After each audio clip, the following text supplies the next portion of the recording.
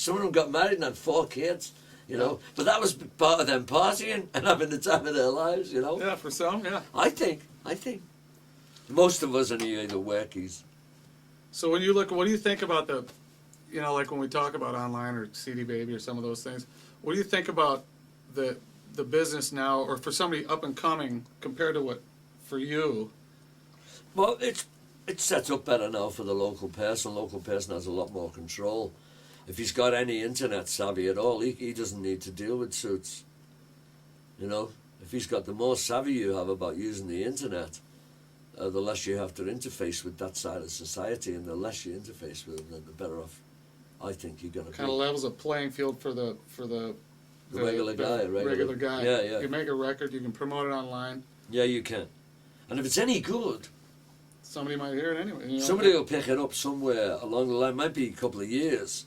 And we've seen this several times, haven't we? You know, like Shine. Remember that record, Shine? Yeah. Out of the Atlanta band. Remember that? And then the kid, Owl City in Owatonna, this kid in his basement, he made this thing. Did it all, and he didn't reproduce anything. He did this with like... Bam. Yeah. So you never know what's going to happen nowadays. It's great, all that stuff.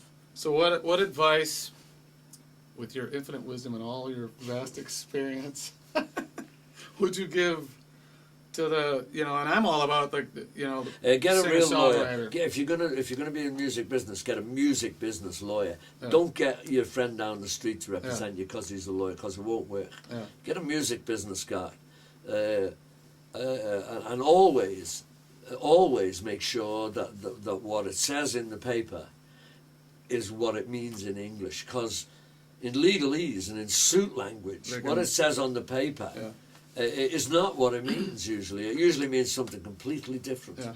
You know, so I would really advise them to do that. You know, 100% of nothing is nothing. Mm-hmm. You know, that's a really good, strong piece of advice. Yeah, the music business is a pyramid.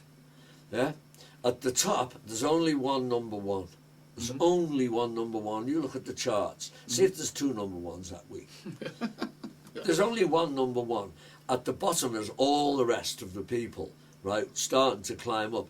As you start, people will help you, like we're trying to do now. I'm going to give advice to help us. But if I was number one, and this guy that we're trying to help is number 2 next week, I'm not going to be helping him at all. Yeah. This guy, you know what I mean? Yeah. So, and that's how the music business is. As you get closer to successful, less people try and help you. Yeah. There's a certain thing in the middle where more people just take advantage and start to steal things. If you're climbing, they try to climb on your coattails, kind of. Maybe. Yeah. So you got all of that going on and stuff like that. Yeah. These are well, this is what's been illustrated to me. The clever fellas in the music business that I've met, and I think that's brilliant because that's right. That's a great analogy. So then, just have thick skin. Be aware of that. Believe in yourself. Yeah, and you have to cater to people. You know, art that doesn't communicate isn't art. Mm-hmm. There's nothing artistic about something that doesn't communicate to somebody else. Mm-hmm. You know, am I right there? That's the way I think about art anyway.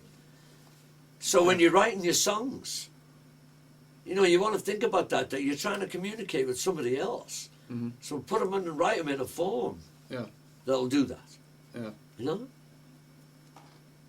Think about production, record production.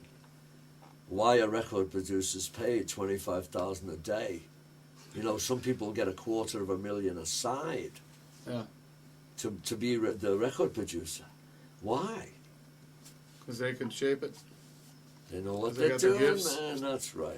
Well, yeah. In some of your bio, there were so many things. You know, there were so many things where you know, these different records, and then if tell me if I'm wrong, where then all of a sudden you got some help with some producer or something, and it takes it to a different place. Was that your experience? Well, that's what happened with Badfinger, wasn't it?